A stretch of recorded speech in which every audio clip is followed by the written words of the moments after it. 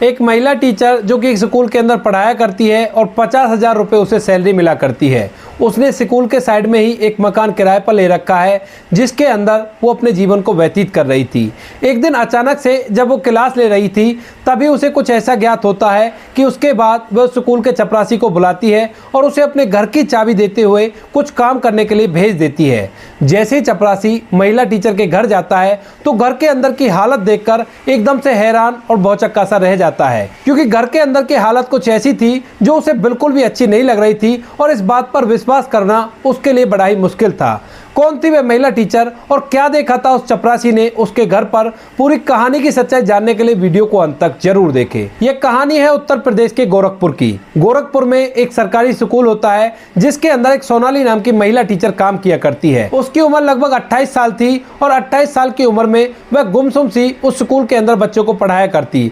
वह अपने काम से काम रखा करती है, ज्यादातर किसी से बातचीत नहीं किया करती है। उसी स्कूल के अंदर एक चपरासी काम किया करता है जिसका नाम होता है गौतम। गौतम की उम्र 30 साल है और उसका काम है किसी भी टीचर को कोई भी परेशानी हो उसका सॉल्यूशन करना। कोई अगर चाय मंगा रहा है तो उसको चाय लाकर देना, पानी मांग रहा है तो पानी पिलाना। इस काम को वो करता रहता है और सभी के साथ हंसी खुशी रहा करता है। सोनाली ने स्कूल के पास ही किराए का मकान ले रखा है और जिसके बारे में स्कूल में सभी को पता है कि सोनाली मैडम वहां पर रहा करती हैं और वहां से स्कूल में आकर अपना काम किया करती हैं।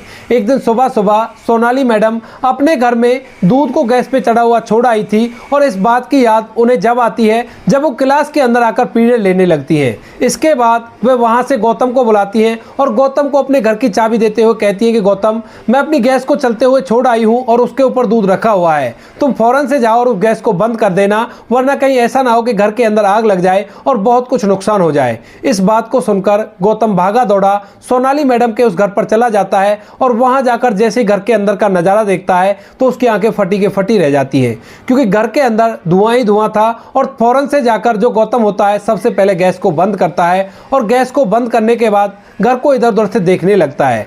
लेकिन जैसे ही गौतम घर को इधर उधर से देखता है तो उसकी आंखें और भी ज़्यादा फटी के फटी रह जाती हैं और वह सोचने लगता है कि ऐसा कैसे हो सकता है, क्योंकि यहाँ पर ना तो ज़्यादातर साफ सफाई थी और इस घर को तहस नहस ऐसे ही फैला हुआ छोड़कर सोनाली मैडम स्कूल में बच्चों को पढ़ाने के लिए चली गई थी।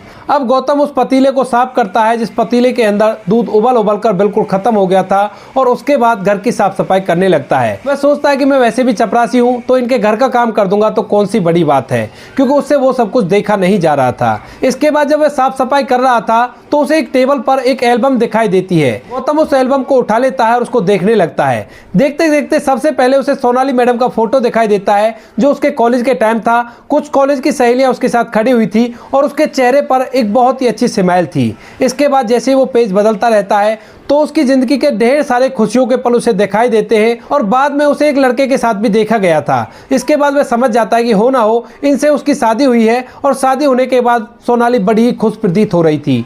जैसे ही गौतम उस एल्बम के पन्नों को पलटता रहता है वैसे वैसे ही सोनाली की ज़िंदगी की सच्चाई उसके सामने आने लगती है। शादी के बाद ज़्यादातर फोटो में वो लड़का उसके साथ था, लेकिन अचानक से वो लड़का उसके साथ से खो जाता है और सोनाली मैडम के चेहरे की खुशी भी उन फोटो से गायब हो जाती है। उसके बाद के जो फोटो होते हैं वो उदासी भरे होते हैं उसके परिवार के साथ और किसी भी फोटो में वो हंसती हुई प्रतीत नहीं हो रही थी और उसके फोटो को देखकर जीवन के गमों का अंदाजा साफ साफ लगाया जा सकता था। गौतम पूरी तरह से समझ चुका था कि सोनाली मैडम का जो पति है वो उसे छोड़कर चला गया है और इसी वजह से सोनाली मैडम का स्वभाव स्कूल के अंदर ऐसा रहा करता है। उसने घर को अच्छी तरह से साफ कर दिया था और साफ करने के बाद वह वहां से सीधा स्कूल जाता है और सोनाली मैडम को चाबी लौटा देता है। लेकिन लौटाते वक्त वह सोनाली मैडम से एक बात कह देता है, कहता है कि मैडम, जिंदगी में अगर आपको कोई छोड़कर चला जाए तो उसके बाद जिंदगी को बेरंग नहीं बनाया करते। पूरी जिंदगी पड़ी हुई है, इसको अच्छी तरह से जियो और उस चीज की बिल्कुल भी चिंता मत करो जो आपको छोड़कर चला गया है।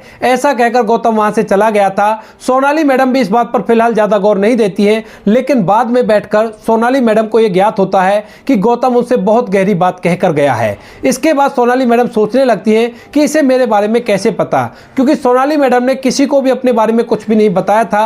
वह आराम से उस स्कूल के अंदर रहकर बच्चों को पढ़ाया करती थी और किसी से ज्यादा कुछ मतलब नहीं रखा करती थी।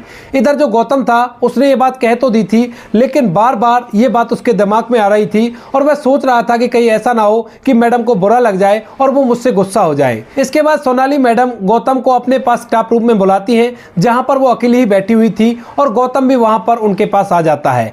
वहां पर आने के बाद सोनाली मैडम कुछ बोल पाती उससे पहले ही गौतम हाथ जोड़कर उनके सामने खड़ा हो जाता है और कहता है कि मैडम मुझे माफ़ कर देना, मुझसे बहुत बड़ी गलती हो गई, आगे से ऐसा कुछ नहीं होगा। तो सोनाली मैडम कहती है कि अरे माफ़ी क्यों मांग रहे हो, पहले यहाँ पर बैठो और मुझे ये बताओ कि तुम्हें मेरे बारे में कैसे पता चला। तो इसके बाद जो गौतम होता है एक बार फिर से माफ़ी मांगता और कहता है कि मैडम जब मैं आपके घर गया था तो वहाँ पर टेबल पर रखी हुई एल्बम मुझे दिख गई और मैं अपने आप को उस एल्बम को देखने से नहीं रोक पाया। इसके बाद जैसे ही मैं उस एल्बम को देखता हूँ तो आपकी ज़िंदगी के बारे में सारा कुछ मुझे पता चल गया था और इसी वजह से गलती से मेरे मुंह से ये बात निकल गई जो मैंने आपसे कही थी। आपका पति आपको छोड़कर चला गया है तो इसकी वजह से आप अपनी जिंदगी को बर्बाद मत करो। जिंदगी बहुत रंगीन है और इसको अच्छी तरह से जीना चाहिए। इसके बाद सोनाली मैडम की आंखों से आंसू टपकने लगते हैं और यह सब कुछ देखकर गौतम थोड़ा सा होपलेस हो जाता है और हाथ जोड़ जोड़ कर मैडम से माफी मांगने लगता है। कहता है कि मैडम मुझे माफ कर दो, आज के बाद ऐसी गलती कभी भी नहीं होगी और आपकी इस बात के बारे में मैं किसी को कुछ भी नहीं बताऊंगा। इसके बाद सोनाली मैडम चुप होती है, अपने आंखों के आंसुओं को पोंछती है और कहती है कि नहीं गौतम ऐसी बात नहीं है, दरअसल तुम्हारी इस बात से मुझे अपने पति की याद आ गई, अगर आज वो होते तो बहुत ही अच्छा होता। गौतम जब इस बात को सुनता है तो वो कहने लगता है कि मैडम होते क्या हुआ, क्या आपके पति आपको छोड़कर नहीं गए हैं? तो वो कहती है कि छोड़कर तो चले गए हैं लेकिन वो इस दुनिया से ही चले गए हैं। जैसा तुम सोच रहे हो वैसा नहीं है, थोड़ा सा फर्क है। वो मुझे छोड़कर अगर चले जाते तो मुझे कोई भी दिक्कत नहीं होती, लेकिन वो मुझे छोड़कर इस दुनिया से चले गए हैं, इस वजह से मैं ज़्यादा परेशान हूँ और इसी तरह से रहा करती हूँ। इस बात को सुनकर गौतम की आंखें भी टपकने लगती हैं और वो कहता है कि हाँ मैडम आप सही कह रही हो, जब कोई अपना छोड़कर ऊपर वाले के पास चला जाता है तो इस बात का बड़ा ही दुख होता है। अब इस बात को देखकर सोनाली मैडम थोड़ी सी असमंजस में पड़ जाती है। वह सोचने लगती है कि ये तो हंसी खुशी रहा करता है, फिर ये आज मेरे सामने फूट फूट कर क्यों रो रहा है। तो सोनाली मैडम उसे चुप कराती हैं और रोने का कारण पूछने लगती हैं। तो गौतम उन्हें बताता है कि मैडम जिस तरह से आपकी जिंदगी है उसी तरह से मेरी जिंदगी भी है। मेरा पूरा परिवार घूमने के लिए गया था लेकिन बस एक्सीडेंट में उनकी मौत हो गई और उसके बाद मैं अकेले ही जिंदगी व्यतीत किया करता हूँ। इसी वजह से जब आपके बारे में मैंने सुना तो मुझे भी रोना आ गया। इसके बाद सोनाली गौतम को चुप करती है और कहती है कि कोई बात नहीं, अपनी जिंदगी को इसी तरह से जियो जिस तरह से तुम जीते हो। मैं भी बहुत ज्यादा कोशिश करती हूँ लेकिन मुझसे ये सब कुछ नहीं हो पाता है। इसके बाद गौतम अपने आंसू को पोंछता है और पहुंचने के बाद एक छोटा सा चुटकुला मैडम सोनाली को सुना देता है। जैसे ही सोनाली उस चुटकुले को सुनती है तो एकदम से उसकी हंसी छूट जाती है और गमगीन माहौल एकदम से खुशनुमा पलों में तब्दील हो गया था। उस चुटकुले को सुनकर मैडम को अपने पति की याद आ गई थी। वो भी इसी तरह से उसे चुटकुले सुनाया करता था जब भी वो उदास हुआ करती थी। इसके बाद गौतम अपने काम धंधे में लग जाता है और सोनाली अपने काम धंधे में लग जाती है। बार बार गौतम का चुटकुला सुनाते हुए चेहरा उसके सामने आया करता और उसको सोचकर वो मन ही मन बड़ी प्रसन्न हुआ करती है और कहीं ना कहीं वह उससे प्यार कर बैठी थी। इसके बाद सोनाली गौतम के बारे में पता निकालने लगती है और धीरे धीरे उसे पता चलता है कि गौतम जो कुछ भी कह रहा था वो बिल्कुल सत्य है। इसके बाद धीरे धीरे सोनाली गौतम की तरफ अट्रैक्ट होने लगती है और इधर गौतम भी सोनाली की तरफ अट्रैक्ट होने लगता है। वह स्कूल के अंदर ही घंटों बैठकर बातें किया करते और बातों के दौरान असलियत में वो दोनों खुश रहा करते। इसके बाद एक दिन अचानक से जो सोनाली होती है वो गौतम से अपने प्यार का इजहार कर देती है। कहती है कि गौतम आज मैं तुमसे कुछ कहना चाहती हूँ। तो गौतम भी उसकी बात को बड़ी गौर से सुनने लगता है। तो सोनाली झट से अपने प्यार का इजहार कर देती है और कहती है कि गौतम जब से तुमने मुझसे बात करना स्टार्ट किया है मेरी ज़िंदगी बड़ी ही रंगीन हो गई है और मुझे लगता है कि हम दोनों ज़िंदगी भर इसी तरह से रहने चाहिए। तो मैं चाहती हूँ कि मैं तुमसे शादी कर लूँ और शादी करने के बाद हम दोनों पति पत्नी की तरह एक साथ रहेंगे। इस बात को सुनकर जो गौतम होता है वो एकदम से सोच विचार में पड़ जाता है। कहता है कि मैडम आप एक बहुत अच्छी टीचर हो और मैं एक मामूली सा चपरासी हूँ। अगर हम दोनों शादी करेंगे तो लोग तरह तरह की बातें हमारे बारे में बनाएंगे। लेकिन जो सोनाली होती है वो उसे साफ साफ कह देती है कि दुनिया से मुझे कुछ नहीं लेना, तुम ये बताओ कि तुम मुझे पसंद किया करते हो या नहीं। तो गौतम भी सोनाली मैडम को कहीं ना कहीं पसंद किया करता था। तो उसके बाद वह भी शादी के लिए हामी भर लेता है। अब यह बात जैसे स्कूल के अंदर फैलती है कि सोनाली और गौतम एक दूसरे के साथ शादी करना चाहते हैं तो लोग उनके बारे में तरह तरह की बातें बनाने लगते हैं। लेकिन एक दिन जो सोनाली होती है स्कूल की मीटिंग के दौरान सभी टीचरों को अपनी और गौतम की कहानी बता देती है और कहती है कि हम दोनों एक दूसरे से शादी करना चाहते हैं ताकि हम जीवन भर एक दूसरे के साथ खुश रह सके।